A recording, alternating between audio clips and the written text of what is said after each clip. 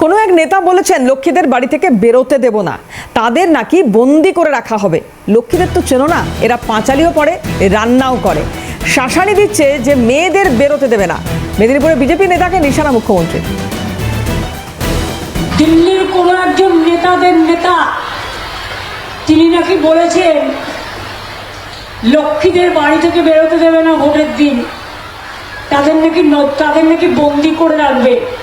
আমি বললি লক্ষ্মীদের তো চেনো না, এরা যেমন পাঁচালিও পড়ে, এরা আবার রান্নাও করে, এরা আবার শিল্পও করে, ছেলেদের সাথে কাঁধে কাঁধ মিলিয়ে এরা সৃষ্টিও করে। আরে মহিলারা তো কারো মা, কারো বোন, কারো মাসি, কারো ঠাকুমা,